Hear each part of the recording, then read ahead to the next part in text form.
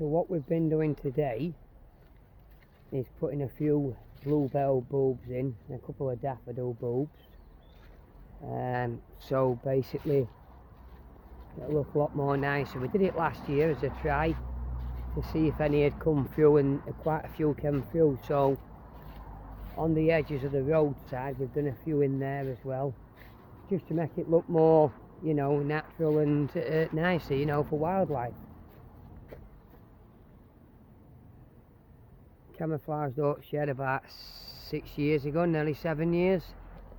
Put the laurel in, obviously due to the fact they don't get a great lot of light. They're still going quite strong, to be fair, so they're coming on.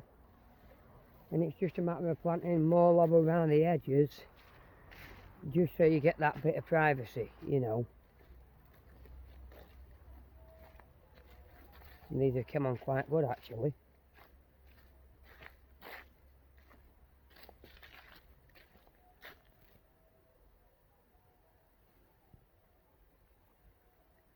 So we camped here last night.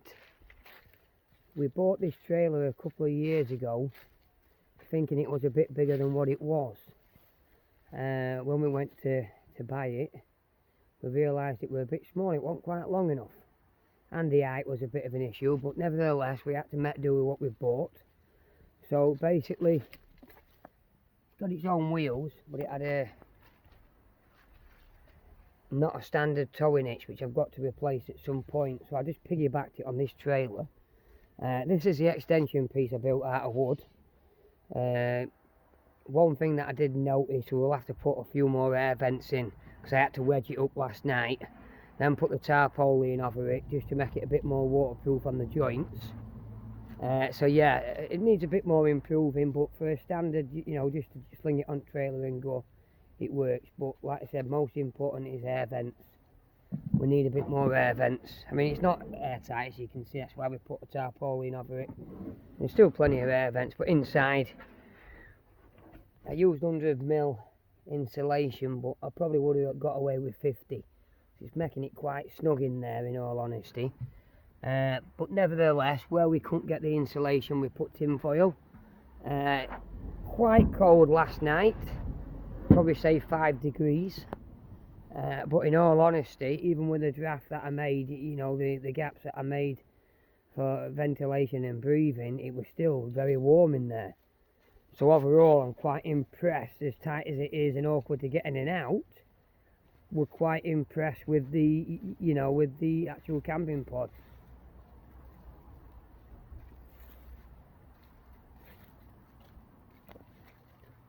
Couple of edge boxes there.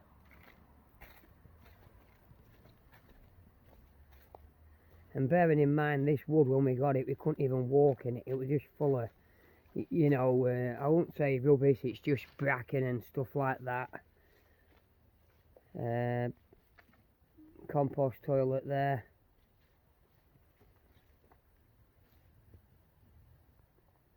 Shed there, when we come on motorbikes, we'll stick motorbikes in.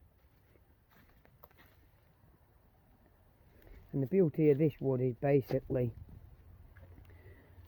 we're only 500 yards from the actual town centre. If you go out of here and turn left, if you go out of here and turn right, you literally, you know, it's just countryside after countryside. So for walking, if you like walking, it's good. If you like to do a bit of camping and you want to go for a drink, there's town centre there.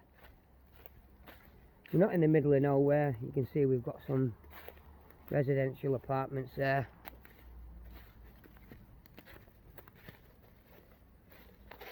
Did these paths a few years ago, but they're still manageable.